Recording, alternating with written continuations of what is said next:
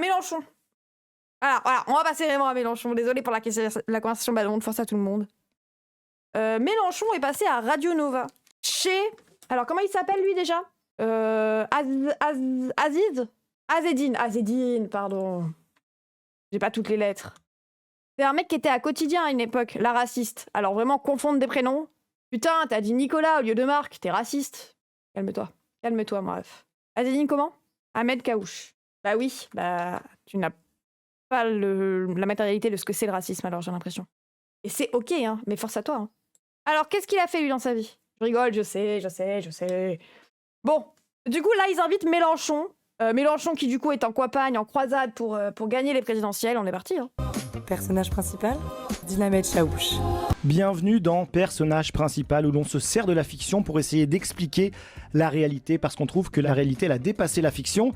C'est une émission, on essaye donc d'aller au-delà de la réalité. Aujourd'hui, on se pose une question. Et au-delà de la réalité, ça porte un nom, hein. C'est la métaphysique. Attendez, c'est quoi le concept de l'émission? On trouve que la réalité, elle a dépassé la fiction. Je crois que la vidéo est un peu décalée. Sur le côté. Ah oui, effectivement. Pardon, ce stream est un peu fait. Voilà, bon. C'est une émission, on essaye donc d'aller au-delà de la réalité. Aujourd'hui, on se pose une émission, on essaye d'aller au-delà de la réalité. Personnage principal, ok. Une question. Et au-delà de la réalité, ça porte un nom, hein. C'est la métaphysique. Non, vous avez... C'est au-delà de la physique. Alors donc là, on peut raconter n'importe quoi. Il n'y a pas de vérification possible. Moi, j'allais le présenter. Il s'est présenté tout seul. Vous avez reconnu sa voix. Okay. Aujourd'hui, oui, il a déjà coupé, quoi. Il reprend déjà les termes. Attendez, mais combien de secondes il lui faut? 30 secondes pour avoir déjà fait un actuali. On trouve que la réalité, elle a dépassé la fiction. Ça porte un nom, hein, en philo. C'est la métaphysique. Non, vous avez... C'est au-delà de la physique. Alors donc là, on peut raconter n'importe quoi. Il n'y a pas de vérification possible. Moi, j'allais le présenter. Il s'est présenté tout seul. Vous avez reconnu sa voix. Aujourd'hui, on se pose une question. Peut-on faire un film à succès en se coupant d'une partie du public? Ouais. Le personnage principal aujourd'hui est le politique qui a beaucoup de fans qui l'adulent, mais aussi certains et beaucoup de gens qui le détestent. Il veut pourtant être le président de tous les Français. Voici l'homme qui a le... toujours le cas. Vous avez reconnu sa voix. Après, sa voix, elle est reconnaissable. Mais c'est toujours le cas. On est d'accord que Macron n'est pas élu avec une majorité des Français. D'ailleurs, c'est pour ça qu'il y a un deuxième tour. Au premier tour, tu fais que 24%. Genre, tu peux détester le président, pourtant t'es président, quoi. Ça, la meubs. Ouais, mais c'est Mélenchon, un PB. Plus gros écart. Comme toute personnalité politique, mais même comme tous les présidents. Entre les critiques presse et les critiques spectateurs. Oui, bonjour. J'ai mis une minute à comprendre de quoi vous parliez. Ah, ok, d'accord. Bonjour Jean-Luc Mélenchon, est-ce que vous allez bien déjà? C'est bien envoyé parce que vous le dites sans le dire. Parfait. On essaie d'écrire, on essaie de faire son travail. Oui, mais vous avez du talent pour ça, j'ai déjà remarqué, sinon je ne serais pas là. Voilà, la flatterie, c'est toujours dur pour un journaliste. Ça peut être utile, tu vois. Ouais. On va pas se mentir, on s'est plusieurs fois croisés sur le terrain, il y a eu des rebondissements, on va dire, pour être poli. Tous les personnages principaux ont une... Attendez, mais comment ça? On s'est déjà croisés sur le terrain. On est d'accord, mais du coup, vous pensez que la République, c'est moi? Pour moi, il doit y avoir un truc là-dedans. Hein. Oh! Attendez, on va creuser quelques archives, 2 secondes. Hein. On revient à Zézine. Il y a eu bagarre? Bref. Origin Story, un mythe fondateur, comme on dit en quelque sorte. Vous passez votre enfance à Tanger, au Maroc, que vous quittez à 11 ans pour aller vivre dans le Jura. Vous me dites non, en Normandie. En Normandie d'abord, puis après le Jura. Oui. Est-ce que vous vous considérez comme un... le mépris qu'il a pour la Normandie, par contre, ce bâtard. Mélenchon, on a les meilleures vaches. Immigré. Est-ce que vous avez la trajectoire d'un immigré? Oui, on peut dire ça, parce que... Oh, attendez, la question est intéressante. Parce que ça revient du coup sur la polémique de Mélenchon qui a dit « Je suis un peu un maghrébin, quoi ». Ça est une take de Maxeur. Mais en vrai, effectivement, Mélenchon, il est né au Maroc et il a dû revenir parce qu'il était enfant de pied noir au Maroc, quoi. Je l'accepte en tant que maghrébin. Ben, moi, je dirais pas maghrébin non plus, mais il y a ce truc de... Effectivement, il a un parcours de migration. Si on revient au terme... Ouais, bon, ben, vous voulez qu'il dise qu'il est un expat ? Est-ce que vous voulez qu'on continue de rester dans le bail de c'est un expatrié hein, parce qu'il est blanc? Techniquement, il est migrant. Enfin, il a eu un parcours de migration. Le mot migrant de base n'est pas méchant. Techniquement, Mathieu Bock-Côté est un migrant. Alors, il est arrivé en France de par la décolonisation, bien évidemment. Il a un parcours de... Oui, c'est plus précis de dire qu'il a un parcours de migration que de dire qu'il est maghrébin. Ouais, parce que plusieurs fois, il a dit « je suis maghrébin ». Par contre, moi, dire « j'ai immigré », techniquement... Pourquoi on l'accepterait pas? Je comprends pas. Parce qu'en vrai, ça ramène à l'idée que migrer, c'est compliqué, qu'aujourd'hui, les migrants subissent des discriminations notables, Et il a été accepté plus facilement que les autres. Bah, Mathieu Bock-Côté aussi. Bon, moi je trouve que oui, en soi, dire qu'il est migrant n'est pas forcément faux. Par contre, oui, maghrébin, bon. Vous passez votre enfance à Tanger, au Maroc, que vous quittez à 11 ans pour aller vivre dans le Jura. Vous me dites Non, en Normandie. Il est maghrébin carné au Maghreb. Bah, c'est les gens. Enfin, les Israéliens sont palestiniens, du coup. Ceux qui sont nés en Israël. Vous voyez bien en quoi ça marche pas. On appelle ça la colonisation, quoi. On dit d'abord, puis après le Jura. Oui. Est-ce que vous vous considérez comme un immigré? Est-ce que vous avez la trajectoire d'un immigré? Oui, on peut dire ça, parce que la vie vous oblige à réfléchir à des choses auxquelles, sur le moment, vous ne réfléchissez pas. Donc, un immigré qui naît en France n'est pas vraiment français. À Loutoulou, tu comprends la différence entre un immigré qui vient en France et un colon qui colonise, quand même. Tu comprends que la France en Kanaki, c'est pas de l'immigration.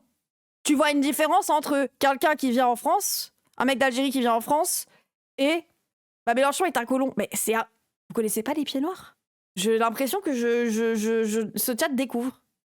Ceux nés en Palestine pourront demander la nationalité palestinienne. Oui, en soi, oui. Mais c'est pas. Mais encore une fois, vous le voyez tous les trucs comme méchants. Là, on parle d'une réalité historique. Mélenchon, il dit lui-même que c'est un pied noir. Ben oui. Les pieds noirs, c'est des colons. Non, mais après, peut-être que le chat veut redemander l'Algérie française. Je sais pas. Peut-être que certains découvrent. Oui, peut-être. Après, oui, peut-être que vous découvrez totalement l'histoire. Mais à Loutoulou, je sais qu'ils découvrent pas. C'est pour ça que... T'as raison, mais je le veux dans mon FC. Mais oui, mais en plus, surtout que moi, quand il le dit ça, on n'est pas obligé de défendre toutes ces takes. Genre, vous pouvez comprendre que parfois, il troll aussi. Il a été appelé comme tel. Moi, en plus, je le capte. Hein. En plus, je commençais à penser que je suis pas full en train de sucer Mélenchon H24. C'est bon. Mais il y a ce truc de... Moi, je peux comprendre comme quoi maghrébin, ça peut faire mal à des gens, quoi. Il force un peu, mais je pense que même lui, il le reconnaît, quoi. Enfin oui, bon, je sais pas, le chat. En plus, bon, un gosse de 11 ans, à l'époque, un gamin de 11 ans, c'est pas un gamin de 11 ans d'aujourd'hui. Celui d'aujourd'hui, il est beaucoup plus cultivé, plus débrouillard. Bon, nous, on était encore un peu doux sur les bords, quoi. Hein. Bon, tu fais des bises tous les 5 minutes à ta maman, des choses comme ça, quoi, ce qui se fait plus à 11 ans aujourd'hui. Et bon, donc j'ai dû réfléchir, parce que je me suis trouvé dans un milieu d'une telle hostilité, car l'arrivée des pieds noirs, moi en plus je suis un pied noir du Maroc, alors qu'est-ce que je venais faire là au milieu des autres? Toute ma famille est d'Algérie. Mais l'hostilité dans laquelle nous avons immédiatement été plongés, parce que les pauvres gens se faisaient toutes sortes d'idées, ils pensaient qu'on était tous des colons, ils pensaient qu'on bénéficiait de privilèges, et donc assez spontanément, ils nous aimaient pas. Après, voilà, l'avis du chat.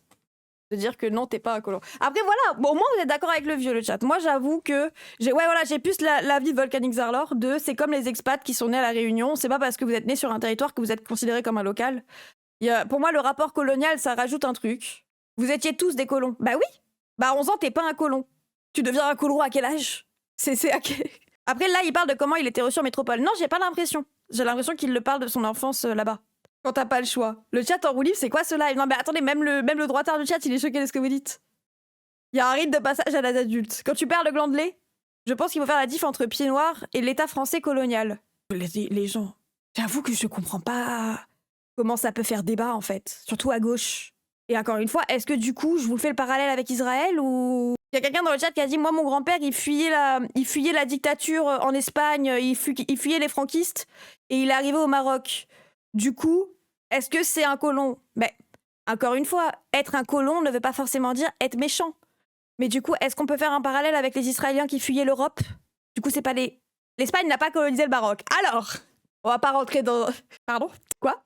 Il y a eu des bifs entre l'Espagne et le Maroc pendant longtemps. Être un colon, c'est giga méchant quand même. Bah, être colonisé aussi. Oui, être un colon ne veut pas forcément dire soutenir la colonisation. Hein. Oui, mais c'est un des parallèles risqués, car ça va dans le sens du RN et des vrais Français et faux Français. Non, enfin, moi, Gamercube, je trouve que pas du tout. Et je trouve que il va falloir apprendre à faire la différence entre colonisation et immigration. Ce n'est pas la même chose. Et ça me semble littéralement assez simple à expliquer que l'immigration, ce n'est pas l'État d'Algérie qui arrive et qui impose qu'une partie de la France devient la France algérienne. Ce n'est pas un État qui arrive sur un endroit, c'est des individus. Alors que l'État français a envoyé des Français pour, littéralement, faire l'Algérie française avec des personnes qui avaient des droits en plus des autres. Parce que là, en fait, je me pose la question de quel est votre rapport à la Kanaki, quoi. Immigration, c'est rejoindre un pays et s'y intégrer. Coloniser, c'est rejoindre un pays et dire bon bah maintenant c'est à moi.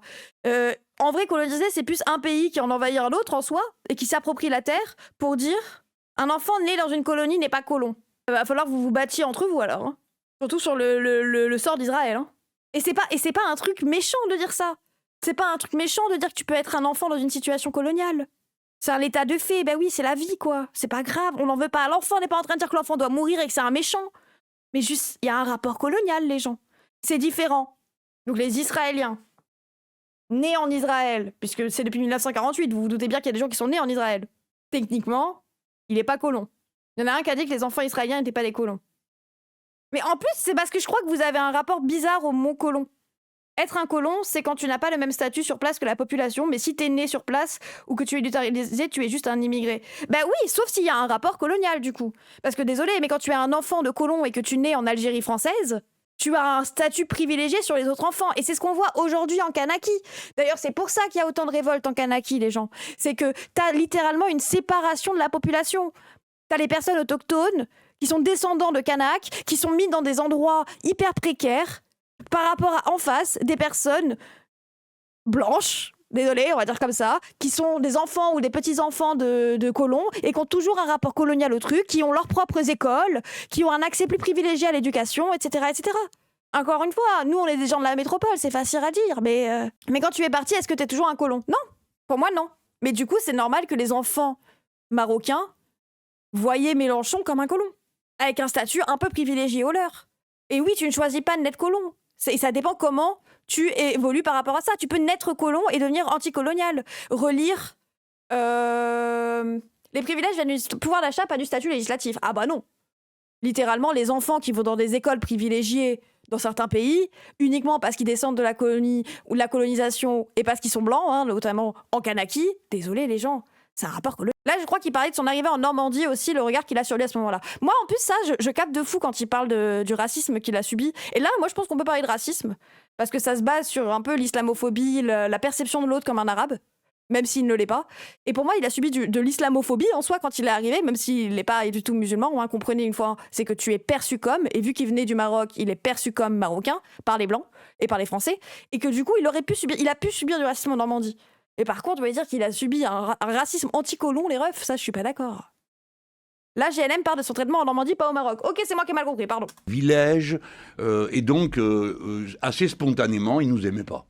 Et puis, on venait tout encombré, quoi. Alors, quand je suis arrivé en Normandie, qui était un endroit... non, il parlait du Maroc, du coup. Les pauvres gens se faisaient toutes sortes d'idées. Ils pensaient qu'on était du Maroc. Alors, qu'est-ce que je venais faire là? L'hostilité. Attendez. Bon, donc j'ai dû réfléchir, parce que je me suis trouvé dans un milieu d'une telle hostilité, car l'arrivée des pieds noirs, moi en plus je suis un pied noir du Maroc, alors qu'est-ce que je venais faire là au milieu des autres? Toute ma famille est d'Algérie. Mais l'hostilité dans laquelle nous avons immédiatement été plongés, parce que les pauvres gens se faisaient toutes sortes d'idées, ils pensaient qu'on était tous des colons, ils pensaient qu'on bénéficiait de privilèges, et donc assez spontanément, ils nous aimaient pas. Et puis on venait tout encombré, quoi. Alors, quand je suis arrivé en Normandie, qui était un endroit... Je comprends pas de quoi il parle. Ça commence par son arrivée, il taille la Normandie. Oui, ça je l'ai. Mais les Normands le voyaient comme un colon? Pour moi, non. Pour moi, là, il parle de quand il est arrivé d'Algérie au Maroc. Et ça, c'est la suite logique. Mais non, parce qu'après, il dit « Et quand on est arrivé en Normandie ?» Il parle de son arrivée en France. Oui, mais du coup, ce qui était avant, c'était quand il n'était pas en France. Il raconte ce qu'il a ressenti. Oui, bah oui, mais ça, je dis pas le contraire.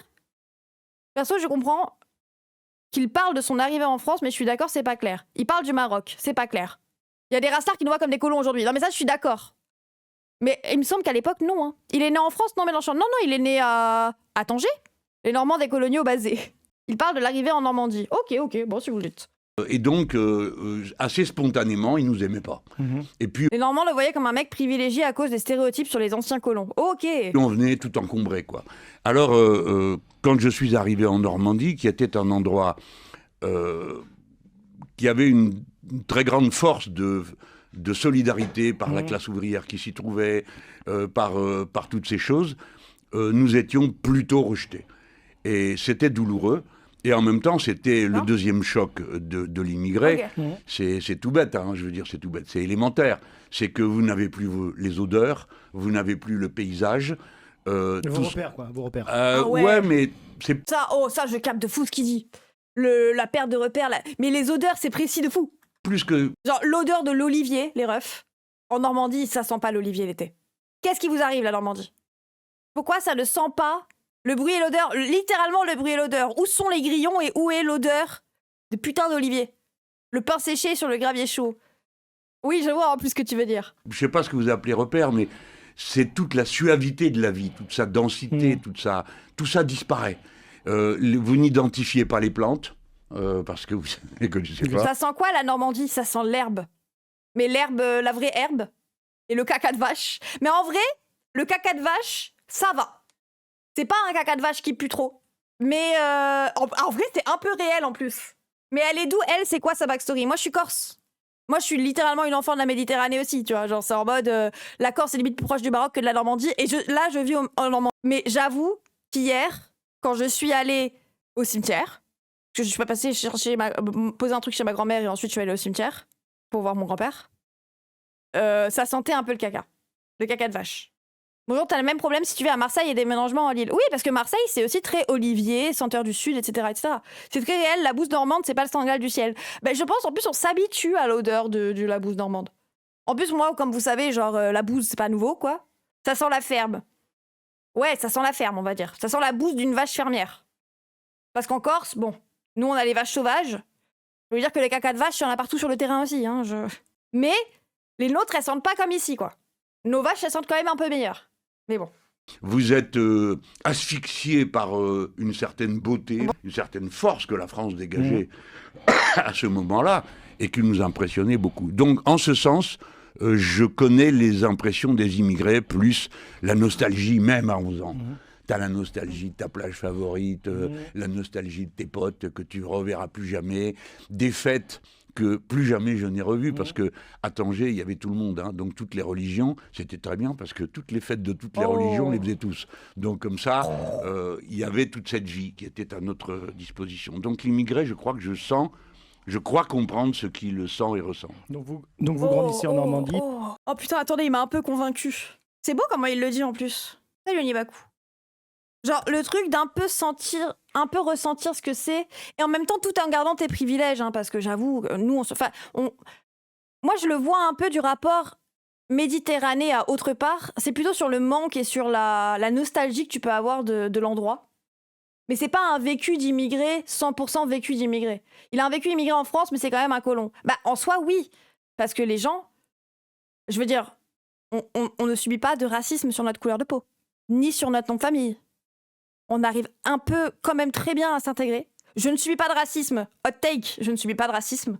Ça, c'est full hot take. Hein. Je sais que vous n'êtes pas prêts, mais c'est en mode, oui, tu peux avoir un rapport de ce que c'est d'être déraciné. Ouais, voilà, c'est ça. Il a vécu un arrachement. Oui, c'est ça, c'est un déracinement qu'il a eu. Un peu comme moi en soi, hein, mais sauf que moi, je l'ai eu à 17-18 ans, tu vois. Mais il y a ce truc de... Ouais, t'as tout un rapport. En plus, c'est assez simple d'avoir des papiers. Enfin, genre, tu vois, on n'a pas tout le full... Mais le racisme anti-blanc. Non, pas le racisme anti-blanc. Mais il y a un truc de... Ouais, la nostalgie de ta vie d'enfant, quoi. Au moins, il n'est pas devenu nazi comme 99% des pieds noirs. Oui, aussi. Polonais de France, I got you. Oui, aussi. Après, polonais, il y a eu un racisme anti-polonais. Hein. Après, il a déjà dit ça le traité de B-word. Oui, ça, par contre, c'est réel. Notamment parce qu'il est marocain. Et qu'en vrai, il y a... C'est pour ça que moi, je parle plus d'islamophobie. Qui fait que... Vu qu'il est né au Maroc, il a subi un racisme anti-arabe, si vous préférez. Je vais pas parler d'islamophobie parce que c'est trop connoté. Vous allez dire, mais il est pas musulman. Moi, je vais vous expliquer encore une fois à quel point on a une matérialité de la race qui fait que l'islamophobie concerne toutes les personnes perçues comme musulmanes et que du coup, peut-être en France, les gens ont su que le mec était né au Maroc et du coup, ils se sont dit, ah, un peu arabe quand même. Mais dans ce cas-là, pourquoi il est pas allé dans le sud de la France? Pourquoi la Normandie? Je pense pas qu'il ait eu énormément le choix non plus, quoi. En vrai, on pourrait dire arabophobie. Oui, mais le terme qu'on utilise, c'est islamophobie. On pourrait dire judéophobie pour les juifs, bah, pourtant anti-antisémite, quoi. Donc, Après, le bail des pieds noirs, c'est autre chose que partir de ta région pour un autre. Ça s'est pas très bien passé, même si on les a pas forcés à dégager. Mais après, moi, je trouve que c'est hyper intéressant l'histoire de la décolonisation de l'Algérie. Je sais que Mélenchon est né au Maroc, mais on est plus sur un sujet... Moi, je trouve que c'est intéressant dans le cas de l'Algérie, en tout cas. Parce qu'on a plein de réalités différentes. Et plein de parcours de vie différentes des gens après ça. Que ce soit les pieds noirs revenus en France, les quelques pieds noirs qui sont restés en Algérie, les harkis, l'arrivée des harkis en France, après la décolonisation et la guerre. Genre, subir du racisme en ayant collaboré avec le colon, etc., etc. Tu vois, il y a un truc de... T'arrives, t'es quand même pas français, tu vois, genre, t'as d'avoir un rapport aussi, tu vois. C'est un gros sujet méconnu, l'histoire des harkis. Des harkis et des enfants de harkis. Moi, j'ai un harki dans ma famille. Bardella a un arrière-grand-père algérien, ça ne fait pas de lui un Algérien, il a un nom de famille algérien, ni les traits physiques, c'est comme Mélenchon. Les traits physiques algérien, d'accord. Je vois ce que tu veux dire. Pas du tout. Va falloir m'expliquer les Kabyles, du coup. Je suis un petit enfant de harki. Ouais, mais moi, c'est ça, en fait. C'est genre, il y a un vrai truc de mon oncle qui est harki, enfin, qui est enfant de harki. C'est quoi les harkis? Les harkis, c'est les Algériens qui ont eu un rapport différent avec la colonie française et qui étaient plutôt pro-Algérie française et qui ont du coup collaboré en soi avec les colons contre les personnes qui voulaient la décolonisation. C'est la manière polie de dire qu'il a pas une tête d'arabe. Oui, mais du coup, les Kabyles, les gens. Encore une fois, oui, c'est la manière très polie de dire Algérie, arabe, quoi. C'est quoi les traits physiques algériens? Oui, bon. Petit relent de phrénologie, oui, vraiment. Harki, chez nous, ça signifie juste traître, c'est tout. Oui, mais nous, quand on parle des harkis dans le cadre de la colonisation de l'Algérie par la France, on parle des gens, les gens issus de la collaboration entre les harkis. Et... La plupart n'avaient pas le choix. Ah ouais? Ok. Non, parce qu'en vrai, moi, dans ma famille, il y a un peu une fitna. C'est-à-dire que moi, j'ai une famille full normande, du côté de ma daronne. Mais elle a un frère et une sœur qui se sont mariés avec un Algérien et une Algérienne. Qui sont arrivés, qui sont venus en France et tout, mais qui sont nés en Algérie. Dont un enfant de harki et une enfant de FLN. Et du coup, bon, ils se voient pas à 24, tu vois, mais du coup, je vois un peu les deux histoires de ma famille, ce que ça donne. Oui, les harkis, certains ont été forcés à le devenir. Ok. Quelle est la différence entre trait physique et le mot perception que tu as employé? Que la perception, ça ne te base pas sur le physique. Beaucoup n'avaient pas le choix, sur 200 000 supplétifs, c'est un gros bordel. Ok. Que la perception, ça ne se base pas sur le physique. Mélenchon vient de te dire qu'il pouvait être perçu comme arabe. Pourtant, physiquement, vous venez de me dire qu'il n'avait pas de traits arabes. Ce qu'est, selon vous, les traits algériens. C'est parce qu'il est né au Maroc. C'est juste savoir qu'il est né au Maroc, pour certaines personnes, ça suffisait à le discriminer. Vous voyez ce que je veux dire? C'est que la perception, c'est comment on te perçoit socialement, pas physiquement. Je sais pas si t'as maté La Servante écarlate, c'est incroyable, on parle de collaboration obligatoire, etc. Ça à voir. Faudrait que je le lise. Je sais qu'il est en livre aussi. Et l'accent, oui, l'accent, etc., etc. Les caractéristiques physiques des ethnies, elles, existent. Et ça veut pas dire pays, mais bien ethnie. L'ethnie autochtone en Suède, c'est probablement pas des blacks. C'est pas raciste de dire ça. C'est hiérarchisé qui est raciste. Ouais, je vois ce que tu veux dire. Mais le message est hyper simple. Les ethnies. Ouais, mais en même temps, je vois ce qu'il veut dire. Je suis d'accord, to be honest. Bah, c'est les phénomènes migratoires, quoi. Après, des blacks. Oui, voilà, c'est des blacks qui m'a... Mais c'est parce que je suis brain rotted. C'est pour ça que j'ai pas compris. Oui, je capte. Dans le Jura, dans une France dite périphérique. C'est un décor dans lequel vous avez du mal à revenir selon vos critiques. C'est une France à laquelle vous ne parlez plus ou moins. Vous êtes le candidat des grandes villes et des zones urbaines et pas des campagnes ou pas? C'est une critique qu'on peut faire à LFI en disant que c'est vrai que vous avez fait des gros scores dans les grandes villes, dans les quartiers et un peu moins dans la France périphérique. Ils volent ma question là. Il vient de répéter une 3e fois la question que j'ai posée 2 fois en conférence de presse. Qu'est-ce que vous diriez aux campagnes? Est-ce que vous voulez vous faire élire par les campagnes? Bon. Non, mais ça, c'est la tarte à la crème, ça occupe, ça mobilise des conversations qui ne servent à rien. Merci. Parce que c'est quand même incroyable. Si vous voulez, la gauche, là, qui me fait cette critique, parce que c'est la gauche qui me fait cette critique, la droite. François Ruffin vous l'a fait beaucoup, celle-là. Peut-être, pourquoi pas. Hein? Oui, c'est ça. Non, c'est pas qui m'a fait cette critique. Ah, si, c'est lui. Enfin, il n'y a pas que lui. Mais attendez, c'est pas quotidien. Attendez. Mélenchon parle des votes en manif, campagne. Je ne sais pas quoi mettre, mais vous vous rappelez quand Mélenchon, il avait dit qu'il voulait que le vote des villes? Mélenchon veut le vote des villes et pas des campagnes. Putain, mais attendez. Quoi? Non, des quartiers. Ah ouais, c'était les quartiers. Il y avait eu toute une polémique là-dessus. Il faut mobiliser la jeunesse des quartiers populaires, tout le reste, on s'en bat les couilles, un truc comme ça qu'il avait dit. Oh là là. Bon, je trouverai pas. C'est devenu tellement à chier Google. Oui, de fou. De fou. J'aurai jamais ce que je cherche. Tout le reste, on perd notre temps. En marge de la manifestation contre le coup de force d'Emmanuel Macron organisé samedi par LFI et les organisations de jeunesse, l'Insoumis a juré que personne d'autre que ses lieutenants n'ira à la conquête d'électorats bien particuliers. Oui, c'était ça. Personne d'autre n'ira. Il faut y aller, personne d'autre n'ira, ils ne savent pas parler les autres, a martelé le fondateur de LFI. Voilà, on est d'accord. Mais est-ce que c'est pas Quotidien qui avait balancé ça? Si, j'ai reconnu. Je reconnais l'orthographe. Je veux voir l'extrait. C'est Quotidien, putain. Oui, il avait diffusé une image dans une manif, effectivement. C'est Quotidien, Q20. Ok, donc la même truc de... Alors, c'est parti de là. Pourquoi vous vous demandez pourquoi, Emo, tu cherches ça, c'est chiant, passe à autre chose? Non. À partir de là, il y a eu tout un drama sur LFI. Je vous replace tous les dramas parce que sachez que toute la campagne va être faite là-dessus. Ils vont essayer de déglinguer LFI là-dessus. Tout le temps. Mélenchon a dit une phrase qui, même moi, à l'époque, m'avait un peu choquée. Ça a duré longtemps, oui, de fou. Je chercherai Google, je vais voir Emodem tarte à la crème quand tu rechercheras. Et du coup, une fois qu'il y a eu cet extrait qui avait un peu été diffusé, je vais vous le montrer bien évidemment, ça a fait toute une polémique. Et c'est de là notamment qu'est sorti Ruffin qui parle de les bourgs et les tours. Avec la note Terra Nova, oui. Stratégie politique de LFI que Jean-Luc Mélenchon va décrypter aux militants. Mobiliser la jeunesse et les quartiers populaires. Tout le reste, laissez tomber, on perd notre temps. Là se trouve la masse des gens qui ont intérêt à une politique de gauche. Pour aller chercher ces gens-là, nos bases populaires, là il faut y aller nous. Personne d'autre ira et ça ne peut pas parler les autres. Et ça lui avait fait dire que il était en train de dire on s'en bat les couilles des campagnards, nous ce qu'on veut c'est uniquement parler aux gens des quartiers, aux noirs et aux arabes de quartier, etc., etc. Et c'est beaucoup sur ça que ça se base aussi l'électoralisme de LFI, la critique en LFI veulent vote des banlieues, LFI veulent vote des quartiers et tout. Et en vrai la tech est pas si bête. Il parle à une jeune de comment être mobilisée en tant que militant. Moi-même en tant que campagnarde, j'avoue, ça m'avait un peu vexée. Ce truc de vas-y frérot, comment on fait du coup nous?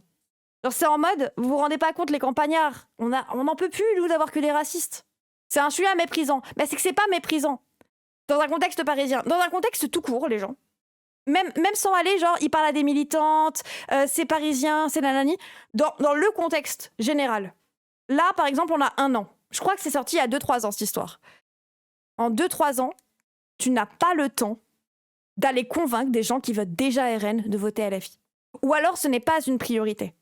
Surtout que si tu veux gagner à la fin une élection présidentielle. Tu as plus de chances en essayant de politiser les personnes qui ne votent pas et qui ont intérêt à voter LFI que des personnes qui votent déjà et qui ont déjà un vote partisan. Quasiment que convaincus par leur truc partisan.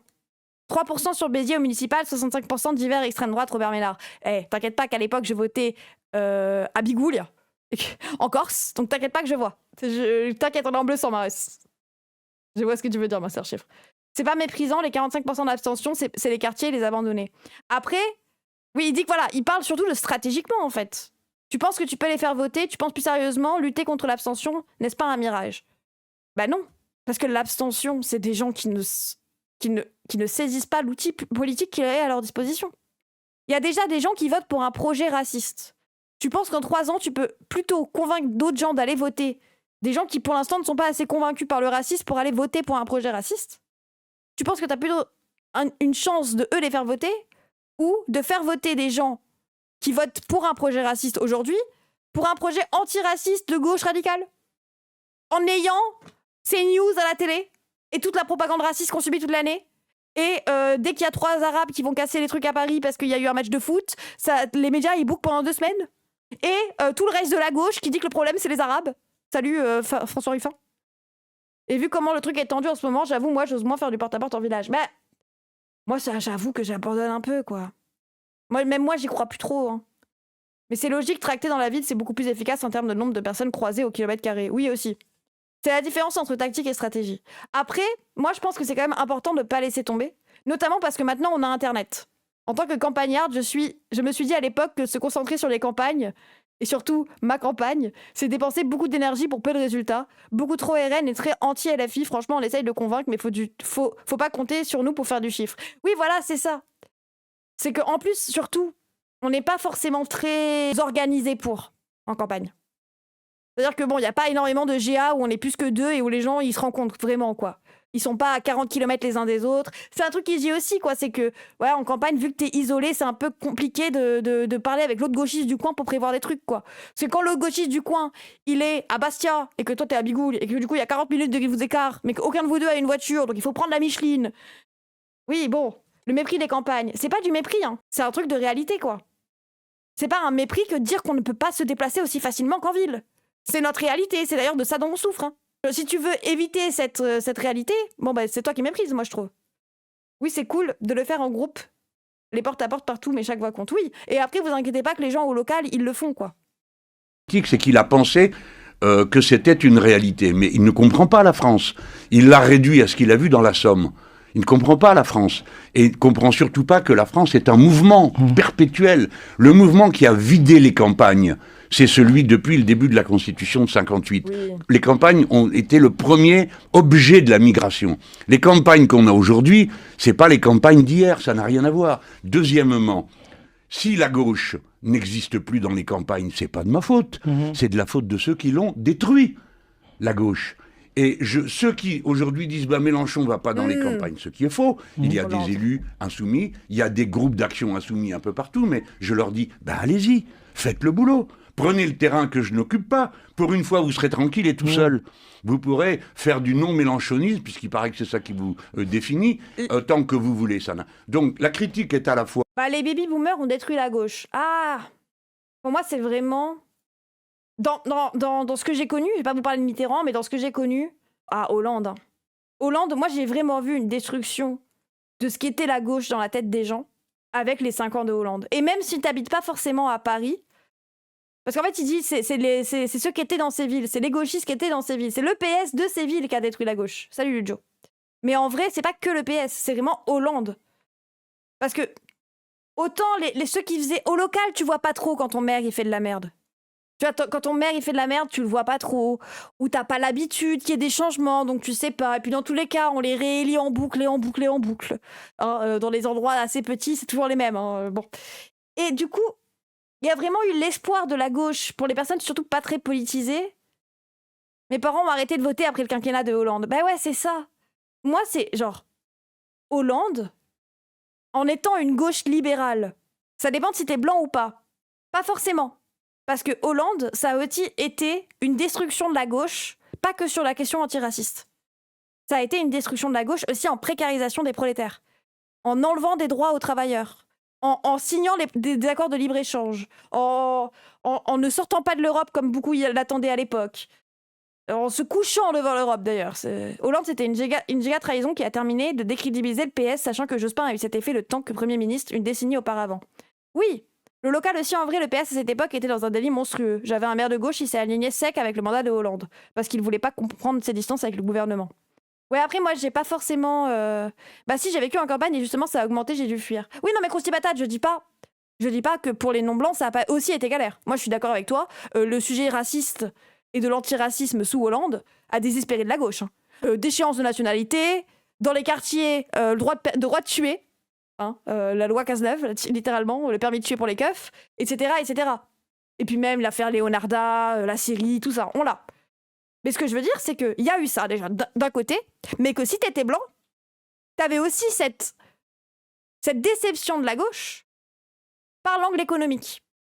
Si t'étais un travailleur blanc qui croyait en la gauche dans le but d'avoir des intérêts de travailleurs, d'aller dans le sens du socialisme et d'une gauche, une gauche du travail, on va dire, ben même là, t'étais lésé. Et du coup, ces gens, il y en a beaucoup qui se mettent à voter RN, parce que c'est le seul qu'on n'a jamais essayé, au lieu de juste réfléchir et voter vraiment à gauche, quoi. C'est parce que le PS se dit de gauche qu'on est baisé. Hollande, pire président de la 5e, en vrai, bah, j'ai un peu cet affect, moi, mais Sarkozy était pire. Et vu que, bon, bah, j'ai jamais essayé, j'ai pas trop connu Sarkozy, c'est le manque de choix qui fait que nous avons la droite depuis si longtemps, 20 ans que l'on vote pour faire barrage et pas par conviction. Pour faire barrage, et surtout, on a un truc qui se présente comme de gauche et qui ne l'est pas. Ce truc de, quand on dit que le PS c'est de gauche, les gens, ça fait du mal à la gauche.